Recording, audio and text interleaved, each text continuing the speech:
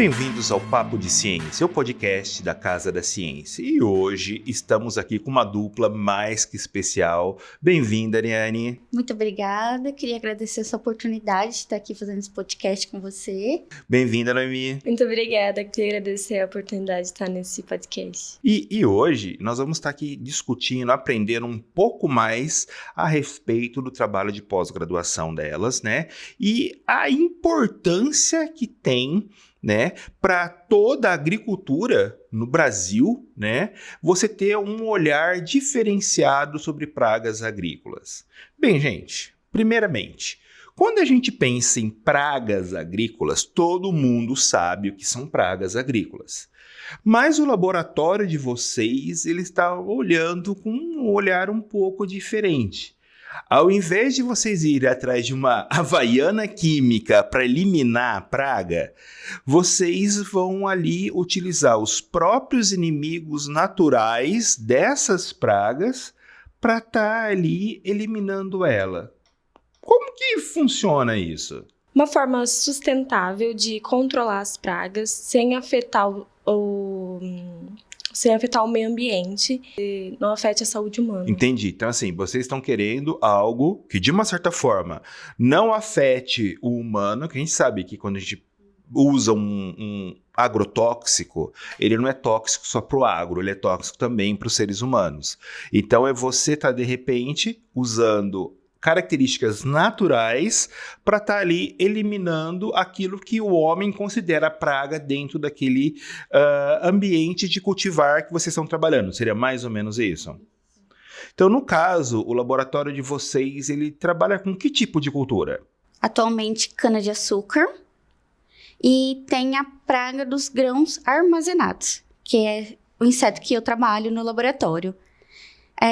Na verdade, esse inseto que eu trabalho, a Courceira cefalônica, que é a traça dos grãos, eu não procuro um meio de combater ela, e sim de reproduzir ela dentro do laboratório. Peraí, você quer reproduzir uma praga dentro do laboratório? Qual o objetivo disso? Na verdade, reproduzir quer dizer que ela vai servir como base de alimentação, os ovos dela, para os insetos que temos lá no laboratório. Os predadores e parasitoides que temos lá. Mas você vai usar como alimento para vocês trabalharem na pesquisa de vocês, ou para, no intuito de repente, soltar esses insetos dentro ali do galpão para eliminar? Como que é esse processo? Seria mais para pesquisa mesmo. Para utilizar na pesquisa. Mas assim, a gente já entrou falando meio que na pesquisa de vocês, a gente já vai voltar um pouco nisso, mas primeiro eu queria saber de vocês o seguinte: da onde veio, né, essa vontade de vocês de cursar biologia, de fazer biologia? Eu, desde criança, gostava de assistir aqueles programas de Animal Planet, sabe? De insetos e bichos. E aí, quando eu entrei na época da escola que você presta o vestibular, né? Eu fui pesquisar um pouco mais a fundo e percebi que era isso que eu queria, trabalhar com bichos, mais da área de zoologia ali. E você, Ariane? Bem, eu acho que eu já meio que nasci bióloga, já nasci no meio dos bichos. Quando eu fui ingressar na graduação, eu ainda não tinha muita noção do que eu queria fazer. Na verdade, eu queria fazer história. Aí, como na cidade que eu morava, não tinha muita opção, assim, de curso, tudo era pedagogia, TI, e eu sabia que eu não tinha um hobby, assim, muito para matemática. Então, eu acabei escolhendo pedagogia. Fiz uns 3 anos, aí eu falei assim, foi quando eu tive contato com o curso da biologia na faculdade, e eu decidi sair da pedagogia, que eu vi que não era isso que eu queria. Ainda mais lidar com pessoas, hoje em dia, para mim, é um pouco complicado, ainda mais pela parte da vergonha. Então, decidi migrar para biologia. E aí, né, eu me redescobri, né, dentro da biologia. Não, legal, é legal a gente ver assim que às vezes experiências de vidas diferentes, né, e até mesmo o errar de curso é algo natural, né, para esse nosso aluno que muitas vezes está em dúvida, que curso eu faço, que curso eu não faço, né, errar também é um caminho, né, também é de certa forma um aprendizado, né, e você foi atrás e tá aí, né, já no doutorado, já tá indo em direção aí a uma formação diferenciada de vocês, né, mas me fala o seguinte, o contato de vocês, enquanto estavam lá fazendo graduação, com pesquisa, como é que foi esse contato? Foi bem limitado. Foi bem limitado. Eu, na verdade, na graduação, eu não sabia o que que era um mestrado, o que que era um doutorado. Eu fui descobrir quase que no final da graduação. Eu também, eu lembro que quando a gente teve contato, foi mais ou menos em 2020... A gente foi conhecer o laboratório, foi quando abriu vaga para estagiário. E a gente foi conhecer, aí a gente teve um contato, mais ou menos assim. E aí entrou a pandemia, não deu para fazer os estágios lá. E em 2022 a gente voltou com as atividades, foi quando a gente entendeu o que era pesquisa, o que era trabalhar com inseto e tudo mais. E aquela ideia que vocês tinham inicialmente de pesquisa, como é que seria, o que era feito dentro da Unesp, né, que é onde vocês estão hoje fazendo a pós-graduação de vocês, correspondia à ideia que vocês tinham com aquilo que vocês foram ver lá na prática? Não. O que vocês imaginavam e de repente era lá, a realidade era muito longe do que vocês imaginavam? Eu imaginava que a gente ia trabalhar com insetos no laboratório, eu não imaginava que poderia fazer essa coisa em campo, sabe? É bem diferente, de liberação em campo de insetos. Essa parte prática que vocês estão tendo, vamos dizer assim, essa aplicabilidade comercial, que é uma das coisas que o laboratório de vocês faz nessa interface entre a academia, né, entre o que a Unesp, no caso, produz de conhecimento e o meio, né, comercial, as usinas, tudo no caso de vocês da cana, vocês não tinham essa visão que era feita? Eu também não sabia que tinha como vender os insetos, tem empresas que vendem insetos para liberação em campo e tudo mais.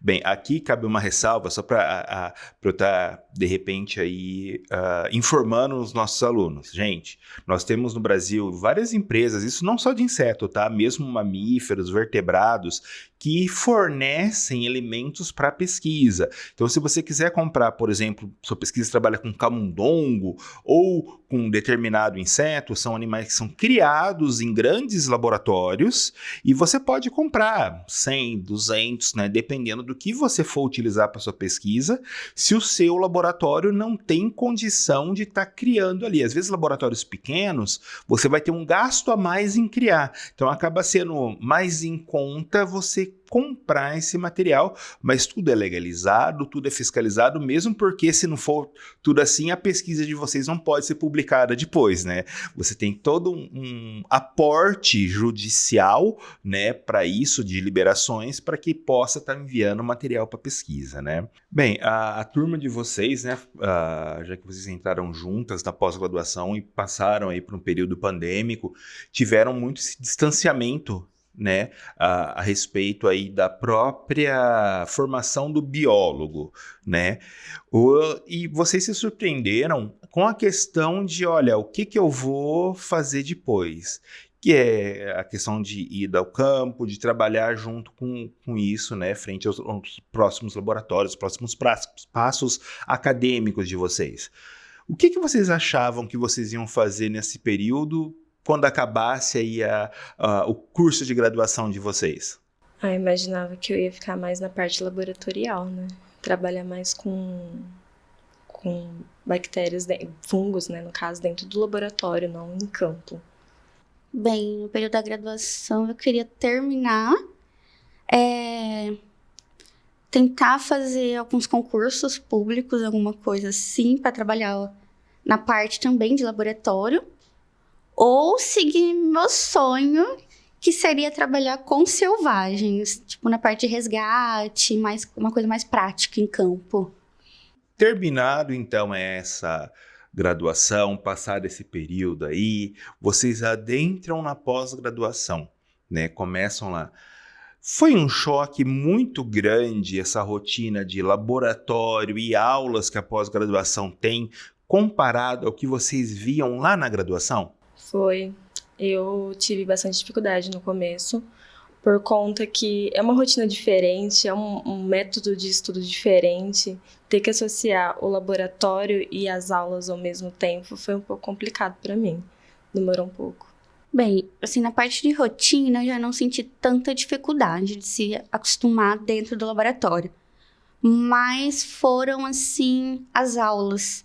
Como não eram muito a nossa área, que é a parte da agronomia, então, no começo, senti muita dificuldade na parte das matérias. São muitos termos da agronomia que, para um biólogo, assim, é um pouco complicado para entender no começo. A gente sabe que o campus da Unesp de Jaboticabal é um campus mais para a área agrária, né? Agronomia e veterinária são os carros fortes vamos dizer assim, do campus da Unesp, mas também ali a gente encontra outras áreas, biólogos, farmacêuticos, biomédicos, tudo com essa olhar sempre voltado para o agro também, né? E aí direcionado. Então, no caso, qual foi o trabalho de mestrado de vocês? Bom, o meu foi sobre a mortalidade de esfenófilos leves, que é o bicudo da cana, associado a fungos entomopatogênicos, no caso era a Wolveria baciana, com a adição de melaço e comparado a produtos químicos e de origem botânica. O meu foi desenvolver uma nova dieta para a Courseira cefalônica, que é a traça dos grãos, que tivesse... que fosse... não interferisse tanto na biologia da traça, mas que, por exemplo, a fêmea aumentasse a postura, que seja mais viável também de forma econômica, porque na parte da agronomia, essa parte da financeira, da economia, também é muito atrativa, essa parte. Então, seria mais ou menos... Foi isso o meu trabalho. Foi desenvolver uma dieta nova para essa praga. Então, vamos lá. Então, vamos ver em parte se eu entendi bem. Então, no seu caso, Noemi, vocês fizeram um estudo para ver como um fungo atacava uma espécie de caruncho da cana, né? Para tentar controlar e ver a viabilidade disso, por isso comparar com a química, desse fungo atacar o caruncho. Isso, com a adição de melaço, que é um subproduto da cana-de-açúcar, que acaba fazendo com que o fungo tenha mais esporulação. Tá, então vocês, vamos dizer assim, davam um lanchinho a mais pro fungo com melaço. Isso. Ah, legal. E o seu, vamos ver se eu entendi, Ariane. Você, no caso, estava ainda interessada em criar a traça em laboratório, vendo como criar a traça, para depois dar aí subsídio para mais pesquisas, para ver que tipo de material biológico, ou fungo, ou inseto, poderia atacar essa traça e eliminar essa traça do armazém. Diga, não, seria mais ou menos isso. Na verdade, queria desenvolver uma dieta em laboratório que fosse diferente do germe de trigo e do levedo, que fosse apenas uma farinha específica para deixar essa criação um pouco mais economicamente barata, mas que a traça conseguisse se desenvolver de uma forma um pouco também assim melhorada. No final da minha pesquisa, eu consegui chegar a 2 farinhas em específicos. Eu ainda não fiz a parte de custo-benefício dessa criação, porque os ovos da Courseira, eles são utilizados para parasitóides, predadores, como uma fonte alimentar. E eu queria ver também como que iria interferir o consumo da dieta dessa traça nesses outros insetos. Bem, e é legal você ver assim que muitas vezes a gente tem a pesquisa básica, né, que a gente sabe que é super importante, mas também tem aí a pesquisa aplicada, sendo levada ali para o que está acontecendo de problema atualmente no agro, né? No caso, o laboratório de vocês só trabalham com essa espécie? Como funciona o laboratório de vocês? O nosso laboratório ele é um laboratório que trabalha com diversos tipos de praga e diversos tipos de predadores.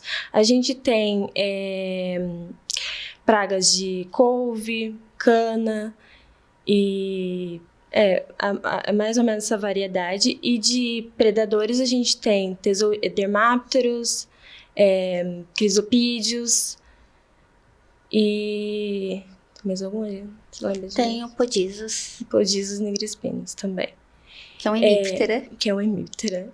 A gente é um laboratório de biologia, né? Então acompanha toda essa biologia e de criação de insetos. Então, dependendo da alimentação que você dá, o produto que você aplica, para ver como que ele vai desenvolver durante esse procedimento. Por exemplo, se você aplica um produto químico ou um biológico, pode ser que não mate, mas tem falha no desenvolvimento, na reprodução e tudo mais. A gente faz esse acompanhamento.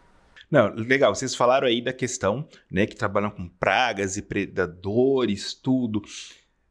Mas, assim, sei lá, quando a gente pensa isso, predador, na minha cabeça vem um leão, a primeira coisa que vem. Como que funciona nessa história do laboratório de vocês, essa questão aí de praga, predador, como é que é isso, né? E o que define isso para vocês?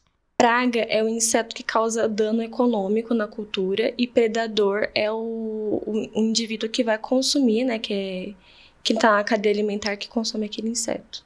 Não, é legal ver exatamente isso, né? Vocês já passaram por um mestrado, já tem ali, colheram os frutos dessa primeira etapa da caminhada acadêmica da pós-graduação de vocês, né?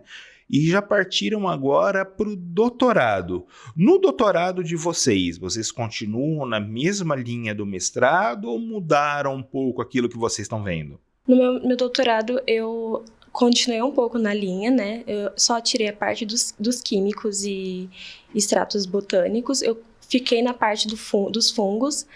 Então, eu coloquei mais um fungo, né, no meu trabalho. Então, eu vou ver a mortalidade de esfenófilos leves com o fungo Beauveria baciana e metarrísio, que são utilizados para o controle dessa praga, com a adição de melaço, e vou ver o quanto isso afeta também no predador Euborrelia nulips, que é a tesourinha. Isso no mesmo laboratório? No mesmo laboratório, com a orientação do professor Ricardo Polanski, do Laboratório de Controle Microbiano. E o seu, Ariane? O meu também é continuação do mestrado. Eu ainda continuo com o mesmo orientador, que é o professor Sérgio de Bortoli. A minha orientadora é a Dagmara Gomes Ramalho, que é a pós-doutoranda do laboratório. Ela fornece toda a ajuda que a gente precisa, ainda mais nessa questão da parte mais agronômica, ela nos ajuda muito. Nossa, é legal entender essa biologia, né? Porque muitas vezes você só pensa aí na cana. Pensei na cana, pensei em açúcar, pensei em álcool, né? Que são aí os principais caminhos que nós temos aí na cana.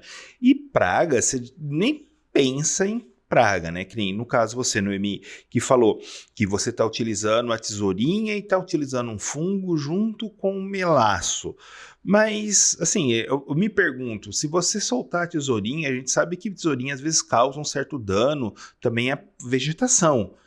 Como que interage, então, o que você está soltando com o inseto considerado praga e mais o fungo em cima? Como que vamos dizer, essa festa biológica que você está propondo aí? Na cultura da cana, a tesourinha ela não causa dano econômico para a cultura, então ela não é um problema. O problema da cultura, atualmente, vem sendo o bicudo da cana, que ele causa mortalidade de 70% a 60% das plantas. Então, economicamente, ele causa muito dano.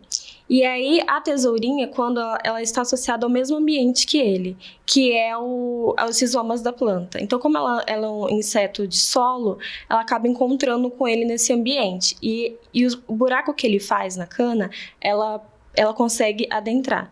Então, ela acaba consumindo ele. Então, a tesourinha, ela controla os fenófilos nesse estágio de larva.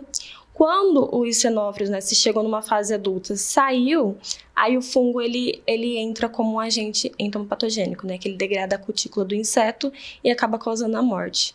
Então deixa eu ver aí se eu entendi. Você vai atacar o bicudo em duas etapas. Numa etapa, quando ele está lá na raiz da cana, né, vamos falar assim, que é com a tesourinha, que ela vai entrar pelo buraquinho que ele já causou e acabar ali predando ele lá dentro. E se escapou da tesourinha, ele saiu... O fungo vai atacar ele e aí vai atacar como qualquer fungo que atacaria outro inseto e acabar matando esse bicudo. Seria isso? Então aí você já vai com 2 chineladas de uma vez só. Isso.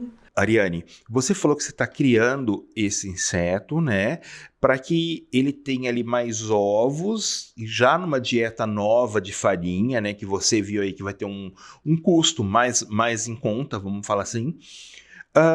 E tem que ver aí a questão dos ovos. Como assim? Se eu mudar a dieta, eu influencio o que ele está botando? Como que funciona isso? De alguma forma, influencia, que essa seria a minha próxima etapa agora no projeto de doutorado. Como essa dieta está influenciando na postura dessas fêmeas e como esses ovos vão influenciar no futuro do predador e do parasitoide que vão utilizar esses ovos. Se vai, por exemplo, atrasar o ciclo de algum determinado inseto, se vai acelerar, se vai causar algum defeito. Essa seria a minha próxima etapa. Entendi. Então você aí está avaliando isso para ver o impacto dessa farinha lá no hospedeiro desses ovos, né? Quem vai se alimentar do ovo ou ali servir como hospedeiro dentro desses ovos. No caso, você trabalha só com animais dentro do laboratório ou você já tem que coletar no campo? Como que funciona isso? Não, o meu já é mais voltado mesmo dentro do laboratório. E vocês têm lá, assim, salas especiais com temperatura? Como que funciona isso para quem nunca entrou num laboratório de entomologia? No caso da Quercira, a sala é uma das mais quentes ali dentro do laboratório. A temperatura, ela é controlada. Agora temos os ares condicionados novos. Então, a gente consegue manter a temperatura agora constante, com uma variação de 1 grau, 2 graus.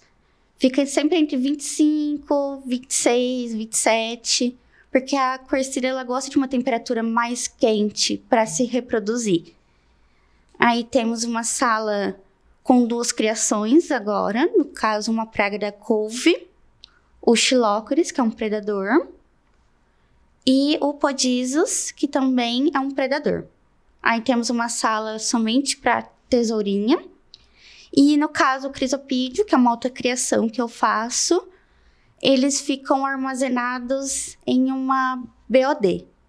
BOD é como se fosse uma geladeira. Só que ali você consegue controlar a temperatura, deixar ela constante, e controlar a luminosidade também. Então é meio que tudo automatizado ali dentro. Então, o laboratório de vocês, ele além de estudar os efeitos em diversas culturas, né, de insetos e fungos, ele também cuida da produção, de otimizar a produção desse material para o estudo. Então, ele também tem essas 2 vertentes acontecendo lá dentro? Sim. No caso, assim, aí já vai entrar um pouquinho de opinião de vocês, tá? O que é mais difícil? Controlar, entender, reproduzir em laboratório esses insetos que reproduzem muito mais a natureza, ou achar lá aquele inseto que vai atacar tal? O que para vocês ali vocês acham mais complicado? No meu caso seria a primeira, porque o inseto, na verdade, ele acaba não sendo assim, um é o clone do outro, por mais que seja todos da mesma ninhada. Então, tem muita variação ali de organismo, a temperatura pode afetar a forma da luminosidade, então é um pouco mais complicado. Eu acho criar. Criar é o pior. Você tem que saber a temperatura certa, o tipo de alimento que o inseto vai precisar, em qual estágio aquela alimentação é boa. Tem muito fator que implica nisso e pode desenvolver um inseto danificado ou não. Então, uma dúvida minha, né? Que nem no caso, você trabalha com grãos, você trabalha com cana.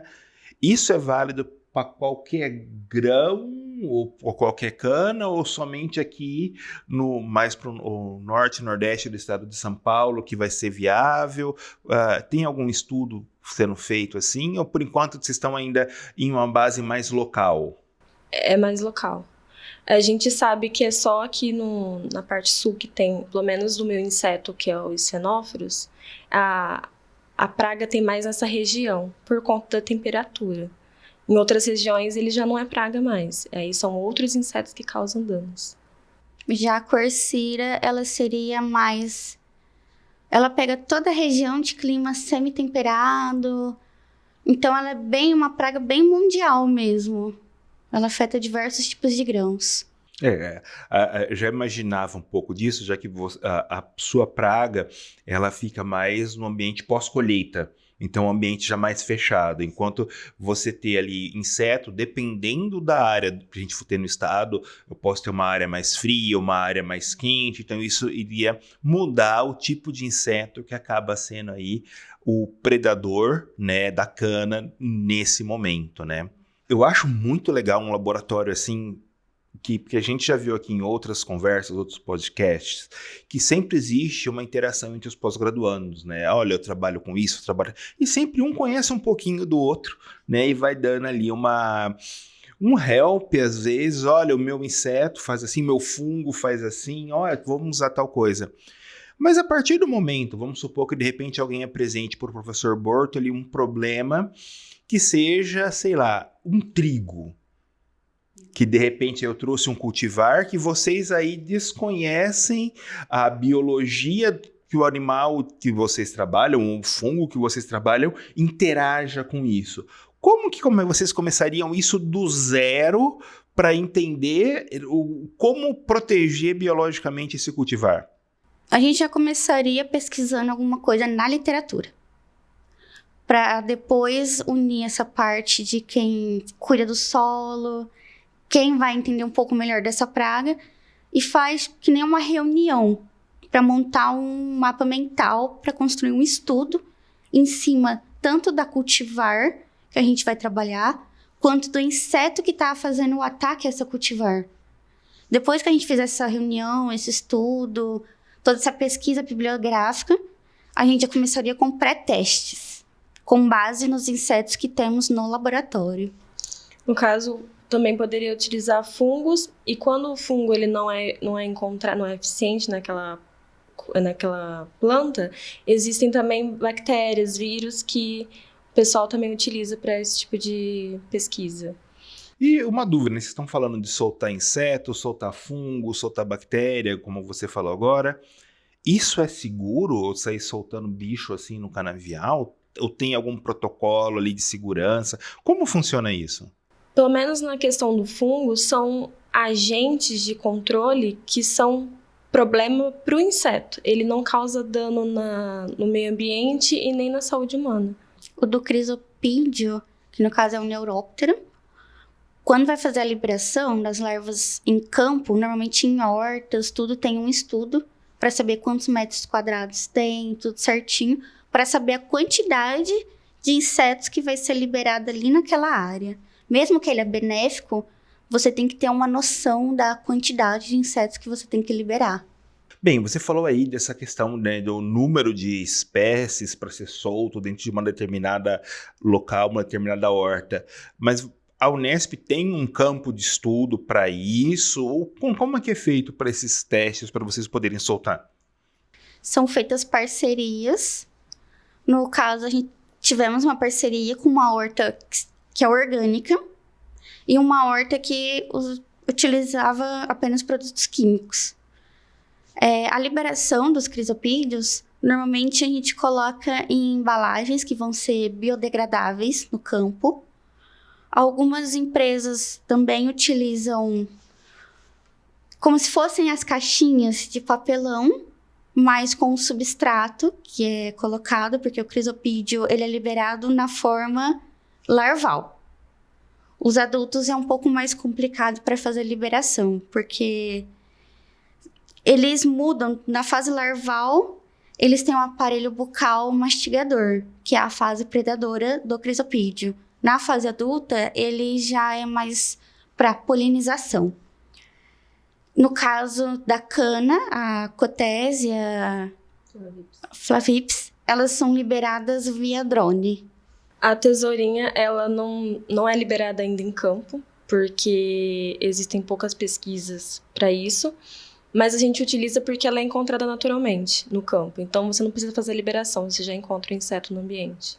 Não, eu achei legal assim que vocês, Se não tem pesquisa, não vamos mexer, já tem ali naturalmente, não tem nenhum impacto ecológico quanto a isso. E no caso ali do crisopídeo, você vê ali que tem toda a preocupação de em qual fase ele está para ser solto e a questão do próprio impacto, né? Se tem agricultura orgânica utilizando, e a gente sabe que a legislação de produtos orgânicos ela é um tanto quanto severa, é porque existe toda uma seguridade biológica nesse processo, né? Então isso dá um respaldo até tanto para vocês quanto para a própria população, né? E no caso da cana-de-açúcar também é parceria aí com que vocês têm, com empresas? A gente tem um centro de pesquisa, que é o CEPENFITO, que tem parceria com a usinação Martinho. Mas fora do CEPENFITO também, a gente tem parcerias com a usina Santo Antônio, ali da região do Sertãozinho. Bem, foi muito legal ver ali esse olhar novo, vamos falar assim, novo, mas um tanto quanto velho, né, sobre as pragas e como se tratar essas pragas, né, e o caminho que vocês tiveram desde o período lá da graduação, entender o processo de como é feita a ciência e agora no doutorado já encaminhando para o processo final. Mas tem uma perguntinha que eu sempre faço para os nossos convidados, que eu vou fazer aqui para vocês duas, cada uma responde, que é a seguinte: se no caso a Ariane e a Noemi de hoje pudesse voltar para a Ariane e Noemi lá do passado e pudesse dar um conselho para elas, qual conselho vocês dariam? Estuda muito. Estude mais, corra atrás dos seus sonhos e faça alguma coisa para perder essa vergonha. Porque... acredite no que você tá sonhando, que vai dar certo. Que bom. Foi um prazer tê-las aqui para conversar hoje. Tá? Ficamos honrados, o Papo de Ciências, em ter vocês da Unesp de Jabuticabal aqui trocando essa ideia, mostrando um pouco do que vocês fazem, e nos vemos no próximo Papo de Ciência. Até lá, pessoal!